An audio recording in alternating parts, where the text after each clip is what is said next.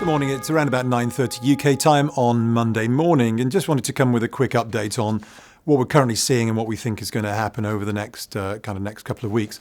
I mean, firstly, a couple of weeks ago we talked about how governments were going to have to induce comas in their economies to deal with this, and this is clearly what we're now seeing, with the UK probably going to go into a lockdown in the next couple of days or so, and the US probably not far behind, although in some regions it's already happened. And some of the forecast numbers now coming out reflect this. So I've seen one extreme number suggest that the US GDP for the second quarter could fall by as much as 30%, 30%. Initial jobless claims come out this week on the 26th. I think the median for that is currently 1.5 million. There are top-end ranges of up to 3 million new initial jobless claims. To put that in perspective, in the depths of 2008, 2009, it got to around about 660,000 in March of 2009. So these are hugely spectacular numbers. Now, then the kind of question becomes, okay, when do we look at potentially trading a low in the equity market? And that really depends on, have we reached peak fear? Now, peak fear precedes peak infection by quite some time.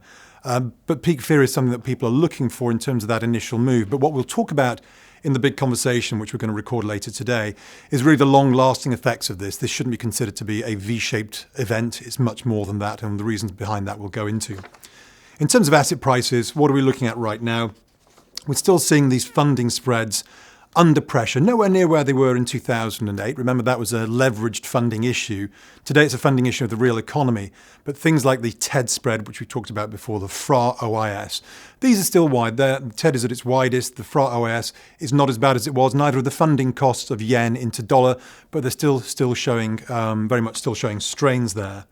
In terms of the bond market, it's kind of caught between two areas. Obviously, there's still a flight to safety going on, and there should be in this sort of environment. But there's also the deleveraging of the rules-based funds that we've talked about, and that's still pushing bonds down versus that bid on the flight to safety.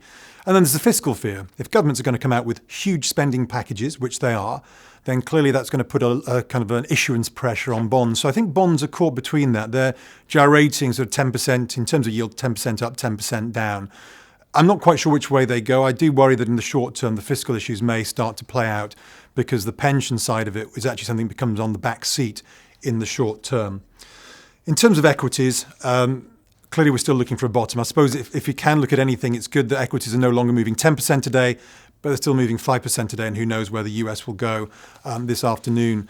But we're still looking for that low. And I think the thing I want to see before I'd call a proper low in the market is that the ratio of the NASDAQ versus the S&P, it keeps making new highs, which is understandable because the likes of Amazon, Netflix, these are all going to be beneficiaries of this world of lockdown where we need technology.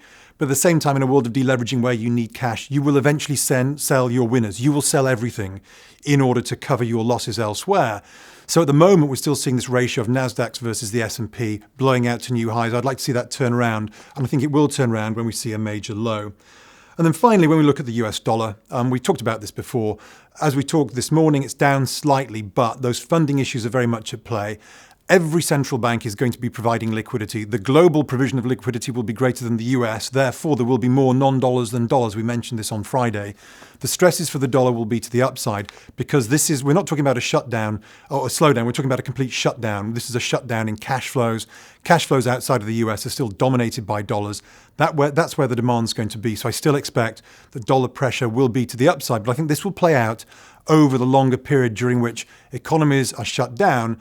And then as they reopen, they still need that demand for dollars to pay off debts, which will not have changed. They will still remain in place. So dollars still to the upside.